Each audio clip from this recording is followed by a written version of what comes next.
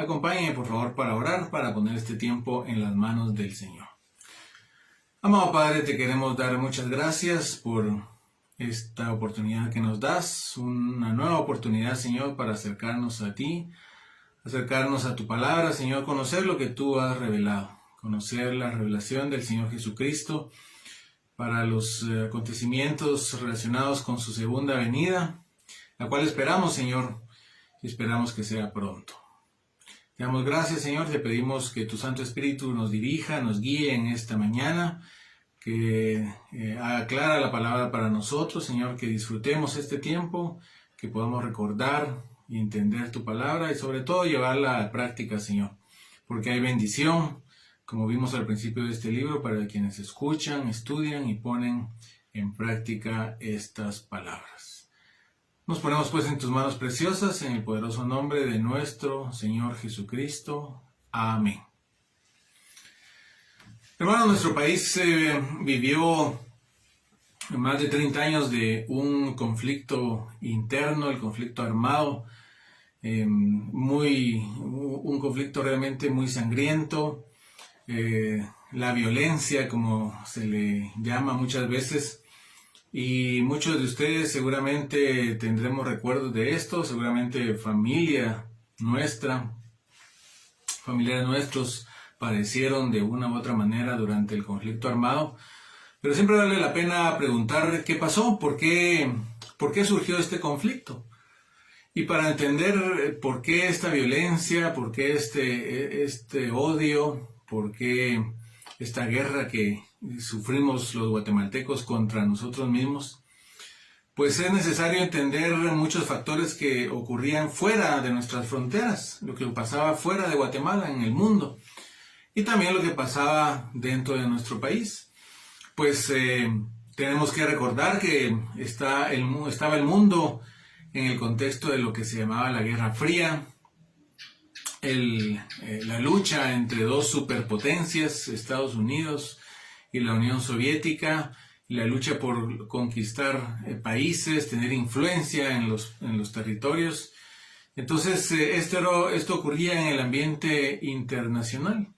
En el ambiente nacional también había mucho conflicto, muchas diferencias, intolerancia entre grupos aquí dentro de nuestro país. Y entonces todas estas cosas llevaron realmente a que se desatara el conflicto interno, que pues gracias a Dios terminó oficialmente, pero que lamentablemente sigue dejando dividida a nuestra sociedad y a nuestro país. Pues bueno, para entender realmente lo que ocurrió y por qué la magnitud de la guerra y las grandes cantidades de muertos que tuvimos, pues es necesario entender qué pasaba en el mundo, qué pasaba en nuestro país en ese tiempo. De igual manera, para entender lo que ocurrirá y por qué ocurrirá, por qué la magnitud de la persecución, de la violencia que desatará el anticristo contra el mundo, contra Israel, contra los cristianos, en el periodo conocido como la Gran Tribulación, los últimos 3 años y medio antes de la venida en gloria de nuestro Señor Jesucristo, pues es necesario entender qué pasa fuera del mundo, en las esferas celestiales, qué pasa en la misma tierra también, cuáles son las acciones de Dios, cuáles son las acciones de Satanás, qué es lo que lleva a la magnitud de este conflicto que también habrá en todo el mundo en ese tiempo. Bueno, sobre eso vamos a reflexionar en esta mañana. ¿Qué es lo que nos dice la palabra al respecto y cómo Dios da más información, más revelación a Juan al respecto de estos temas? Así que esta mañana entonces vamos a estudiar el capítulo 12 del libro de Apocalipsis y el tema de esta mañana es el dragón y la mujer, o la mujer y el dragón. Son los personajes principales de este hecho y hemos de recordar entonces que esto lo veremos en el capítulo 12 completo, versículos 1 al 17 del libro de Apocalipsis. Así que los invito, mis amados hermanos, a que abran sus Biblias, justamente lo haré yo también, abran sus Biblias en el capítulo 12 de Apocalipsis. La mujer y el dragón, entonces, nuestro tema para esta mañana. Recordamos que luego de la adoración, la proclamación y las manifestaciones poderosas que hay en el cielo que vemos en la última parte del capítulo 11, pues el Señor hace un paréntesis nuevamente, porque se ha tocado la séptima trompeta y proceden entonces juicios. Pero antes de describir cómo van a ser estos juicios y la magnitud de estos juicios, y para que entendamos por qué pasa todo esto, el Señor hace un paréntesis que lo abre aquí en el capítulo 12 y nos da más información. Nos da información necesaria para que entendamos el resto del libro y nos muestra entonces las actividades de Dios y de Satanás que llevan a este desenlace de el derramamiento de la ira de Dios con las 7 copas, luego de que se ha tocado la séptima trompeta. Pero entonces se abre un paréntesis y nos va a explicar el Señor qué es lo que ocurre y en las esferas celestiales y en la tierra también, y de esa manera podemos entender de mejor manera estos eventos que se aproximan. Bueno, la primera división de este capítulo 12, como la vamos a estudiar en esta mañana, la tenemos en los versículos 1 al 6. Versículos 1 al 6 de este capítulo 12 de Apocalipsis. Y lo podemos llamar la hostilidad del dragón contra el hijo de la mujer. Así que en estos primeros 6 versículos del capítulo 12 veremos la hostilidad del dragón contra el hijo de la mujer. Y entonces vamos a ver qué nos dice la palabra del Señor. Así que los invito a que sigan conmigo la lectura. Dice así: apareció en el cielo una gran señal. Apareció en el cielo una gran señal. Y vemos aquí que el escenario de las revelaciones sigue siendo el cielo. Recuerdan que vimos que al tocarse la séptima trompeta, pues los ancianos adoraban, proclamaban y hubo manifestaciones poderosas en el cielo. Pues aquí sigue siendo el cielo el escenario de lo que tenemos a continuación. Y dice que apareció en el cielo una gran señal. Ahora, el apóstol Juan, amados hermanos, usa la palabra señal para referirse a una manifestación milagrosa de algo que apunta hacia un significado espiritual. Es decir, Juan usa la palabra señal para referirse a algo milagroso que tiene un significado espiritual. Y vemos que esta palabra, pues notemos que dice que es una gran señal, o sea, que es una manifestación maravillosa. Y por lo menos 7 señales, hermanos, son mencionadas en los capítulos 12 al 19 de Apocalipsis. 3 de ellas son señales en el cielo.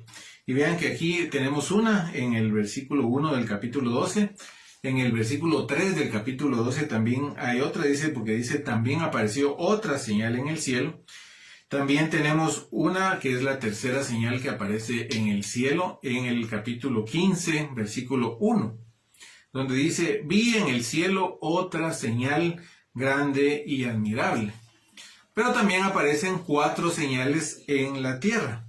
Una lo tenemos en los versículos 13 y 14 del capítulo 13, o sea, los versículos 13 y 14 del capítulo 13. Dice ahí, refiriéndose de la bestia, el falso profeta, dice, también hace grandes señales, de tal manera que aún hace descender fuego del cielo a la tierra delante de los hombres, y engaña a los moradores de la tierra con las señales que se le ha permitido hacer. Es decir, estas son señales en la tierra. Y también tenemos en el capítulo 16, versículo 14, ahí tenemos otras señales en la tierra donde dice que son espíritus de demonios que hacen señales y van a los reyes de la tierra en todo el mundo para reunirlos a la batalla de aquel gran día del Dios Todopoderoso. Y también una cuarta señal en la tierra que nos es mostrada en el capítulo 19, versículo 20, se refiere a la bestia que fue apresada y con ella el falso profeta que había hecho delante de ella las señales con las cuales había engañado a los que recibieron la marca de la bestia y habían adorado su imagen. De manera que nos presenta entonces señales que son eventos milagrosos con un significado espiritual. milagros, que detrás de sí tienen un significado espiritual. Y de estas 7 referencias que se hace a las señales aquí en Apocalipsis, mis amados hermanos, solo aquí en el versículo 1 del capítulo 12, pues se nos muestra una señal de algo que podríamos decir algo bueno, porque todas las demás son o anticipación de juicio o señales de maldad que se le permite hacer a la bestia o al falso profeta. Así que es esto muy interesante, y para esto, hermanos, tenemos que recordar que el apóstol Juan, allá en su evangelio, en los capítulos 1 al 11, pues él hace una referencia a 7 señales o 7 milagros que hizo el Señor Jesucristo. De todas las señales, de todos los milagros que hizo el Señor Jesucristo, el apóstol Juan escogió 7 para ponerlas en su evangelio, y que nos sirvieran para el propósito, apuntaban hacia un significado espiritual que era demostrar que el Señor Jesús era el Cristo. Solo como una referencia, si ustedes me pueden acompañar al Evangelio de Juan, el capítulo 2, donde se nos relata el milagro de las bodas de Caná. Y entonces vemos ahí, amados hermanos, que en el Evangelio de Juan, capítulo 2, versículo 11, cuando él convierte el agua en vino, en el versículo 11 nos dice: este principio de señales hizo Jesús en Caná de Galilea y manifestó su gloria, y sus discípulos creyeron en él. Notemos aquí entonces que las señales, las cosas milagrosas, tenían el propósito de apuntar hacia demostrar que él era el Cristo para que ellos creyeran en él. Así que pues ese es el propósito de las señales. Y aquí en Apocalipsis tenemos entonces que Juan ve señales, ve algo milagroso que tiene un significado espiritual. Vamos a ver cuál es entonces. Dice, volviendo a Apocalipsis capítulo 12 y versículo 1, ¿cuál era la señal? ¿Cuál era esta gran señal? De hecho, en el idioma original, la palabra mega significa gran, entonces era una mega señal, una gran señal. Y dice que era una mujer vestida del sol, con la luna debajo de sus pies, y sobre su cabeza, miren qué interesante, una corona de 12 estrellas. Se han dado muchas interpretaciones para quién es esta mujer. Se ha dicho, bueno, es que probablemente era una deidad romana o griega de aquel tiempo, probablemente era la iglesia. Y otros incluso dicen, bueno, se refiere a María, la madre del Señor. Pero el contexto, amados hermanos, nos dice que se trata de Israel. Esta señal es una representación de Israel. Bueno, Dios mostró como una de las representaciones quizá más antiguas, de las primeras, mostró a Israel así precisamente, como una mujer y relacionada con el sol, la luna y las estrellas. En donde probablemente les suene a ustedes conocido esto, allá en Génesis capítulo 37. Génesis capítulo 37, los versículos 9 al 11. Y ahí leo yo para ustedes. Recordamos que se nos narra los sueños de José el hijo de Jacob. Y ahí se nos dice así, Génesis 37, 9 al 11, dice de esta manera: soñó aún otro sueño, refiriéndose a José, y lo contó a sus hermanos diciendo: he aquí que he soñado otro sueño, y he aquí que el sol y la luna y 11 estrellas se inclinaban a mí. Y lo contó a su padre y a sus hermanos, y su padre le reprendió y le dijo: ¿qué sueño es este que soñaste? ¿Acaso vendremos yo y tu madre y tus hermanos a postrarnos en tierra ante ti? Y sus hermanos le tenían envidia, mas su padre meditaba en esto. Vean, aquí es una representación de la nación de Israel, ¿verdad? Representada por Jacob, por Raquel y por los 12 hijos de Jacob. Pues había 11 estrellas y la 12ª era José. Entonces vemos que es una representación realmente de Israel. Luego se explica, ¿por qué decimos que es Israel? Porque se explica aquí, regresando a Apocalipsis capítulo 12, en el versículo 5 se explica que esta mujer dio a luz un hijo varón que regirá con vara de hierro a todas las naciones, y que fue arrebatado para Dios y para su trono, o sea que se está refiriendo a que Dios al Señor Jesucristo. Pero a la vez sabemos que no puede ser María, la madre del Señor, porque se nos dice que esta mujer es perseguida durante la gran tribulación. Así que no puede ser definitivamente María, y el contexto entonces nos dice que es una referencia a la nación de Israel. Y estando encinta, dice en Apocalipsis 12, versículo 2, estando encinta clamaba con dolores de parto en la angustia del alumbramiento. O sea que es una señal, es lo que vio Juan de una mujer que estaba encinta, estaba embarazada y clamaba con dolores de parto en la angustia porque ya estaba por dar a luz. Bueno, aquí entonces vemos una segunda señal en el versículo 3. Y dice, también apareció otra señal en el cielo. Noten que sigue siendo el cielo el escenario. He aquí un gran dragón escarlata, o sea, de un color rojo intenso, que tiene 7 cabezas y 10 cuernos, y en sus cabezas 7 diademas. Miren, un gran dragón escarlata que tenía 7 cabezas y 10 cuernos, y en sus cabezas tenía 7 diademas o 7 coronas. Bueno, aquí Dios mismo identifica a este dragón en el versículo 9 como diablo y Satanás, o la serpiente antigua. Dios mismo lo está diciendo así. Y todas las veces que se hace referencia a un dragón en el libro de Apocalipsis, se hace referencia a Satanás, se refiere a que es Satanás, el diablo. El hecho de que sea dragón, que lo representen como un dragón, habla de un enemigo que es poderoso, que es agresivo y que es sumamente mortífero, es mortal, causa muerte. Pero habla de qué es esto. Miren, es algo realmente espantoso, un enemigo que es muy poderoso, que es muy agresivo y que es mortífero. Y el color rojo o de escarlata probablemente hace referencia a toda la sangre que va a derramar y que ha derramado, ¿verdad? Recuérdense que Satanás realmente es el responsable de todas las muertes a lo largo de la historia, desde los primeros seres humanos hasta los últimos, pues es por la causa del pecado que él introdujo. Y entonces es probablemente por eso es que su color es escarlata.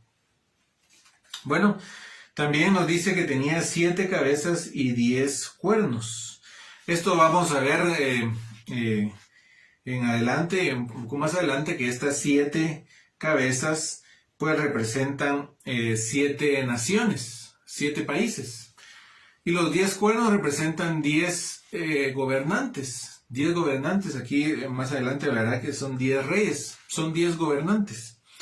Y dice que las 7 diademas, aquí aparece que tiene 7 diademas, y entonces estas 7 diademas o 7 coronas representan la autoridad que le es dada a los 7 gobernantes.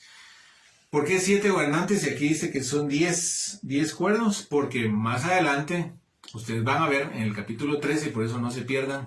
El próximo domingo, si el Señor lo permite, veremos el estudio de los primeros 10 versículos del capítulo 13. Pero ahí veremos que estos 10 gobernantes en algún momento se vuelven 7, ¿verdad? Se vuelven 7. Entonces por eso es que tenemos aquí solamente 7 diademas, 7 coronas, porque van a ser 7 gobernantes. Y estas coronas representan autoridad, la autoridad de estos gobernantes humanos. Bueno, y dice en el versículo 4, sigue describiendo a este dragón, este gran dragón escarlata. Dice, y su cola arrastraba la tercera parte de las estrellas del cielo y las arrojó sobre la tierra. La cola del dragón arrastraba la tercera parte de las estrellas del cielo y las arrojó sobre la tierra. Bueno, probablemente se refiere a los ángeles que siguieron a Satanás en su rebelión contra Dios. Probablemente estas son la tercera parte de los ángeles que siguieron a Satanás en su rebelión contra Dios y que fueron hacia la tierra. Y dice, y el dragón se paró frente a la mujer que estaba para dar a luz a fin de devorar a su hijo tan pronto como naciese. Vean que aquí se ve la hostilidad, la rivalidad de este dragón contra el hijo de la mujer, porque dice que se paró frente a la mujer que estaba para dar a luz para devorar a su hijo tan pronto naciera. Evidentemente es un intento por evitar la aparición del Mesías, del Señor Jesucristo, en su primera venida. Y aquí se refiere, y sabemos que es esto por lo que dice el versículo 5.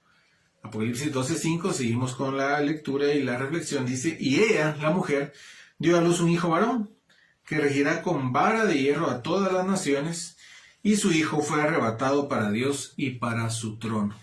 O sea que evidentemente, hermanos, se está refiriendo aquí al Señor Jesucristo. Él fracasó en su intento de evitar que viniera el Señor Jesucristo por primera vez porque nació.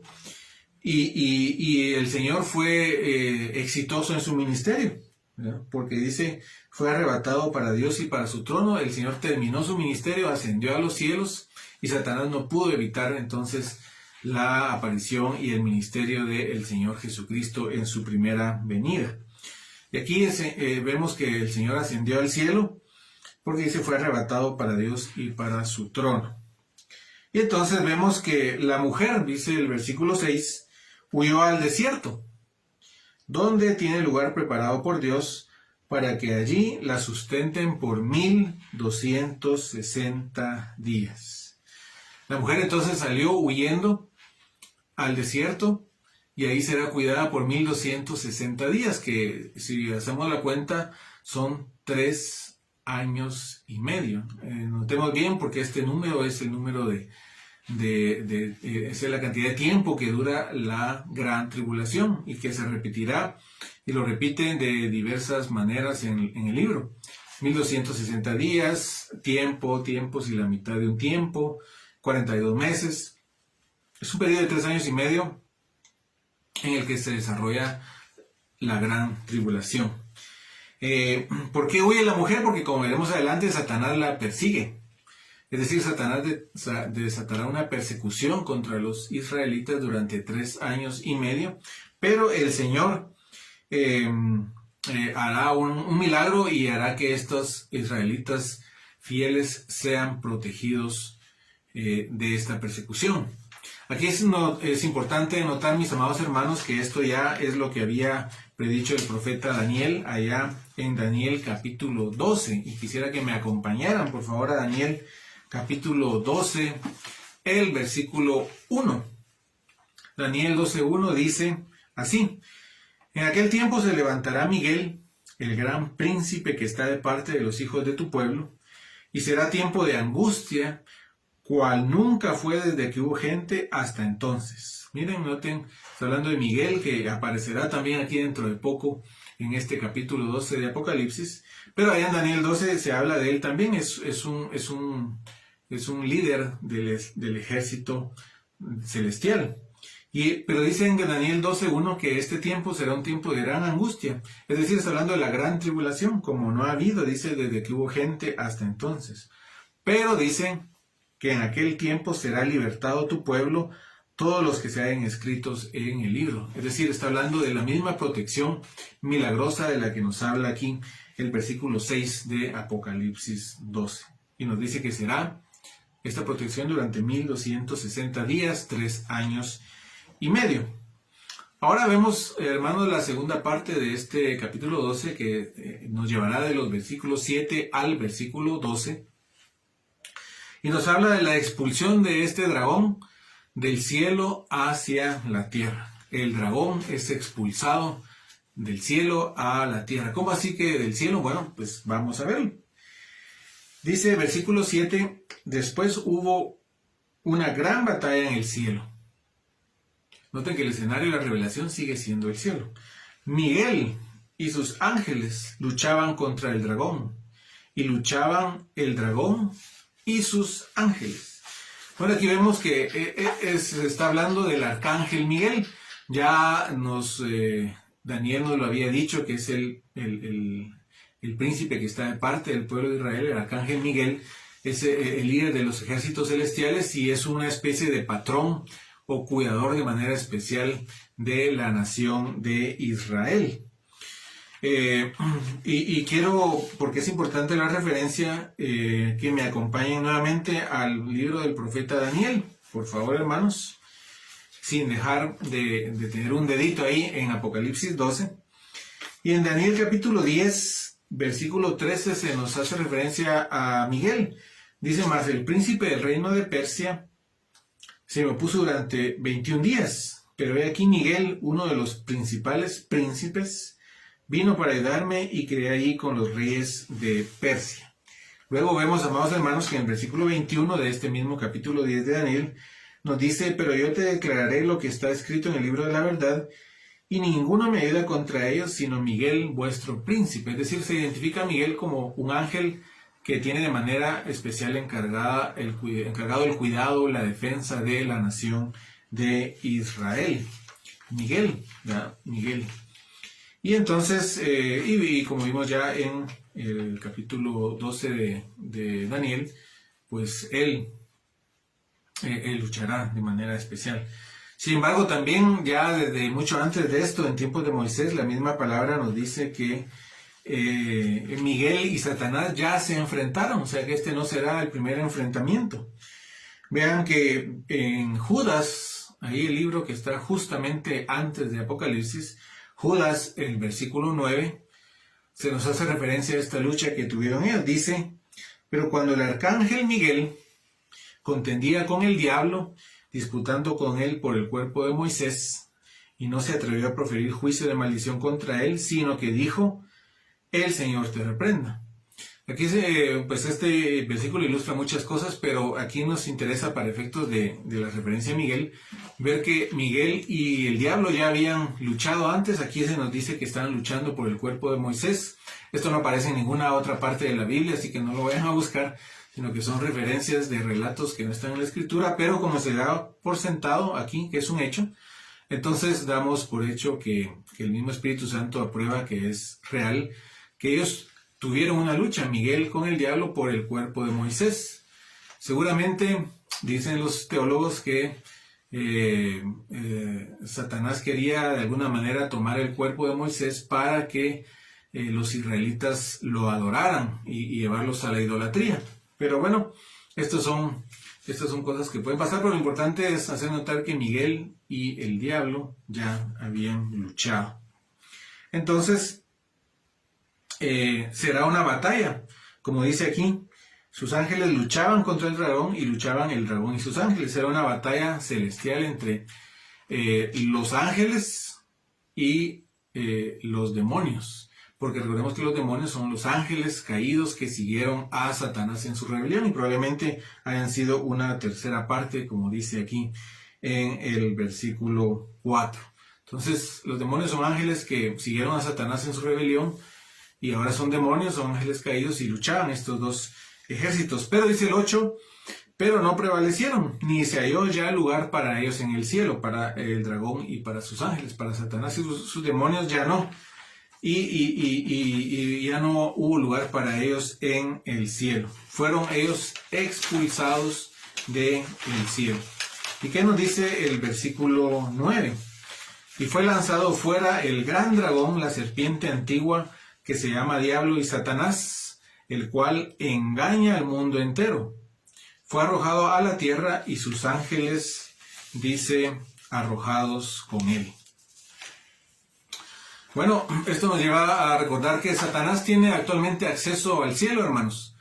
Satanás tiene acceso al cielo, hasta en este momento en la historia será expulsado, pero actualmente tiene acceso al cielo.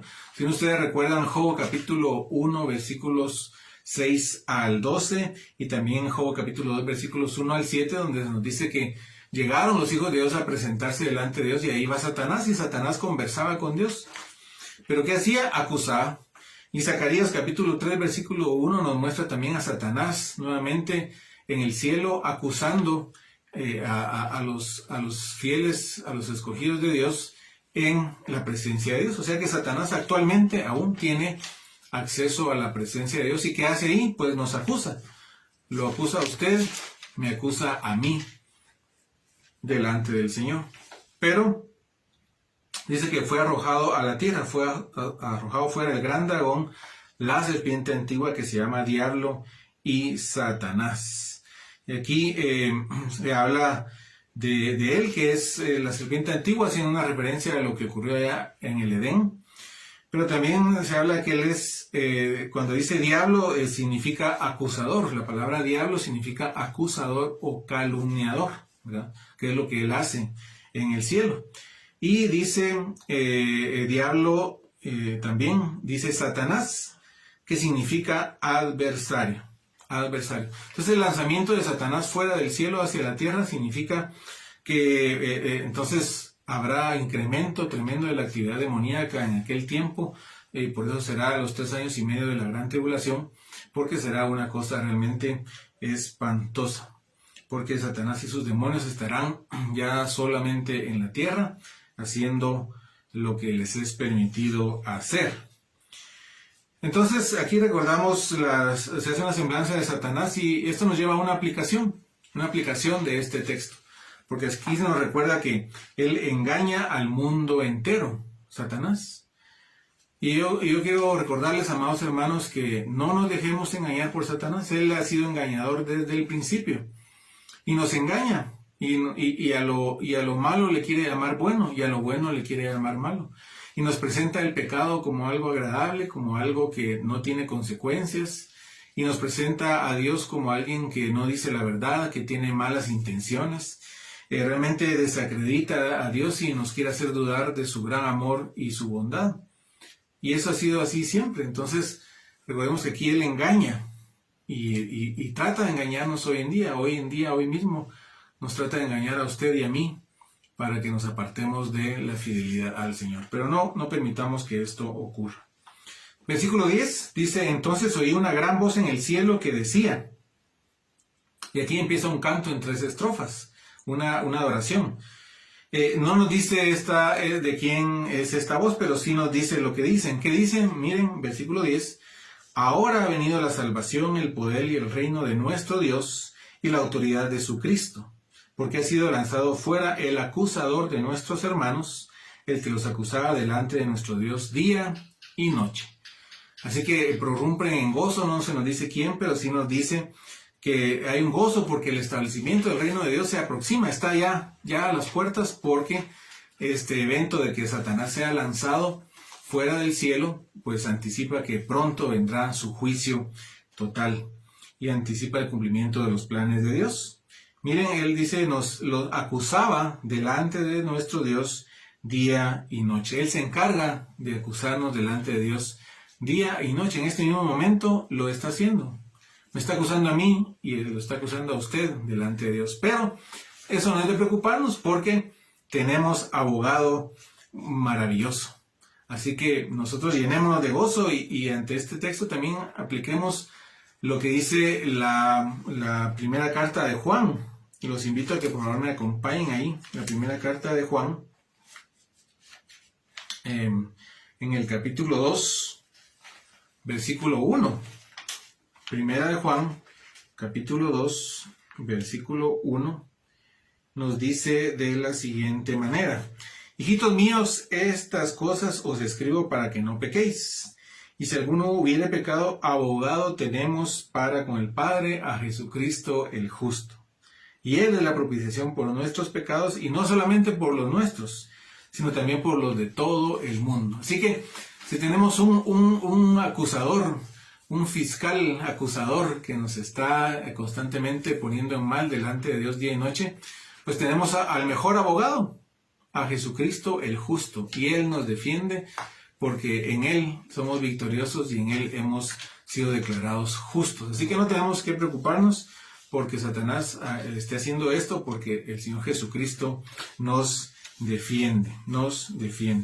Y Él intercede por nosotros día y noche también, como dice Romanos capítulo 8, 34. Bueno, dice el versículo 11, y ellos le han vencido por medio de la sangre del Cordero y de la palabra del testimonio de ellos, y menospreciaron sus vidas hasta la muerte. Aquí se está anticipando y refiriéndose seguramente a los mártires de la gran tribulación, y esta es la segunda estrofa de este canto. que ellos dan sus vidas por la fidelidad al Señor Jesucristo. Y es la sangre del Señor Jesucristo la que da la victoria. Y es la palabra del Señor también la que da la victoria. Y esta les ha dado la victoria a estos mártires, y por eso ellos pueden salir vencedores. Y por eso dice en este mismo texto, y menospreciaron sus vidas hasta la muerte. Hermanos, hoy en día hay también muchos cristianos que están sufriendo persecución en todo el mundo. No una persecución como la que será en estos días, que será la más terrible.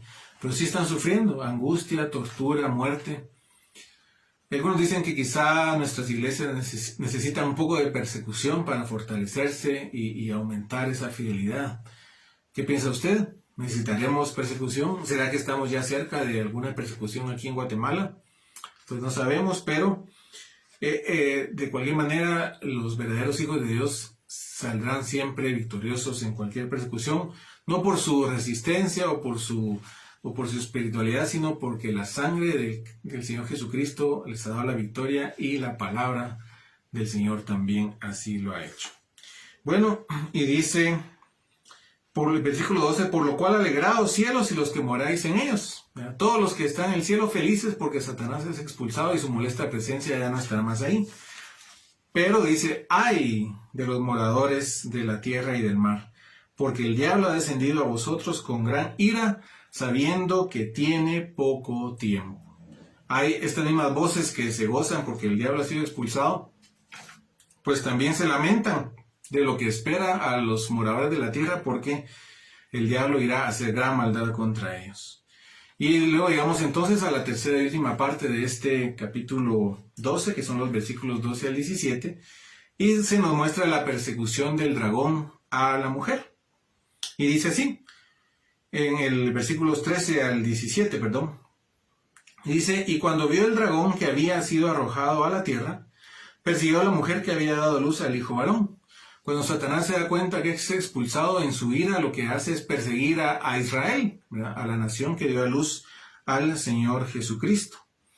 Y esto es lo que el mismo Señor dijo allá en Mateo 24, cuando hablaba de los eventos finales. Dice, cuando vean la 24:15 al 22, dice el Señor, cuando vean la abominación desoladora que habló el profeta Daniel, huyan, dice, porque habrá gran angustia como no ha habido en la historia.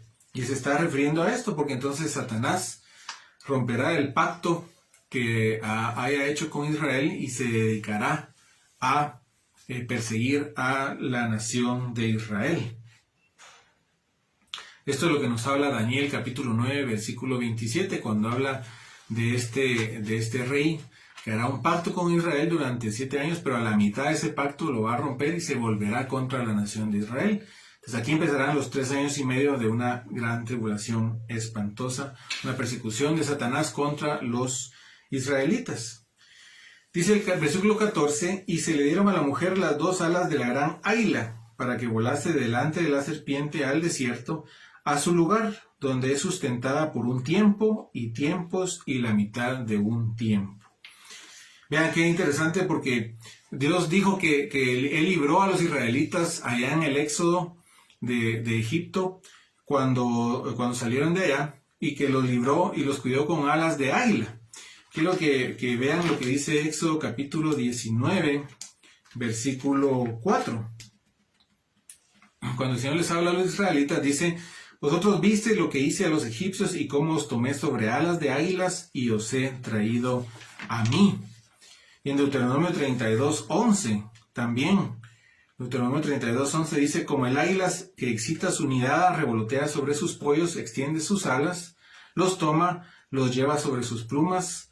Así Jehová guió, Jehová solo le guió, dice, cuando salieron de Egipto. Entonces, de esta misma manera, aquí seguramente se refiere a que Dios volverá nuevamente de una manera milagrosa, le volverá a librar a su pueblo de los que los persigan. Aquí es Satanás, allá en Éxodo eran los egipcios. El Señor los libró. Dice, y dice el versículo 14, se le dieron alas de la gran águila para que volase de delante de la serpiente al desierto, a su lugar, donde es sustentada por un tiempo y tiempos y la mitad de un tiempo. De manera que allá el Señor Jesucristo en Mateo 24, capítulo 16, dice que los que estén en Jerusalén que huyan a la zona montañosa, y eso es seguramente lo que va a pasar. Algunos piensan que es un lugar llamado Petra en la actual Jordania, donde Israel podrá refugiarse, o los israelitas escogidos podrán ir y refugiarse.